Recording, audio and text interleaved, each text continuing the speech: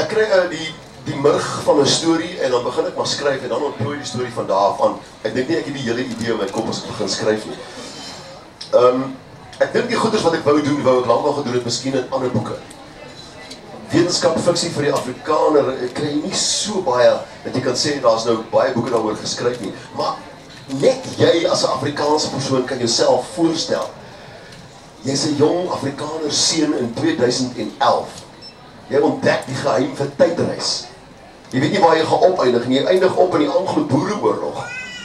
Daar is jou beperk. Jy weet nie wat soek jy nie. Jy ken nie die plek nie. Dit ryk vreemd. Dis die Suid-Vrystaat. Hier staan generaal Cronje voor jou. As jy reg kan onthou van jou geskiedenislesse, is dit die eerste groot oorgawe. Dis waar ons die Anglo-Boereoorlog verloor het. Cronje skreef vir jou: "Hey, klim op die perd. Ons gee oor. Gaan sê vir die kommando's op die koppies, hulle moet hulle wapens neerlê. Ons gee oor." Hier ry jy, beperk. Jy kan nie eens perd ry nie. Jy moet die boodskap gaan oorlaai.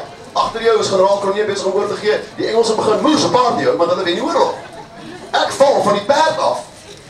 En my boodskap kom nie uit by die kommando's nie. En wat doen hulle daai aand? Hulle val die Engelse aan en hulle wen die Anglo-Boereoorlog. Nou oké. Soos Michiel gesê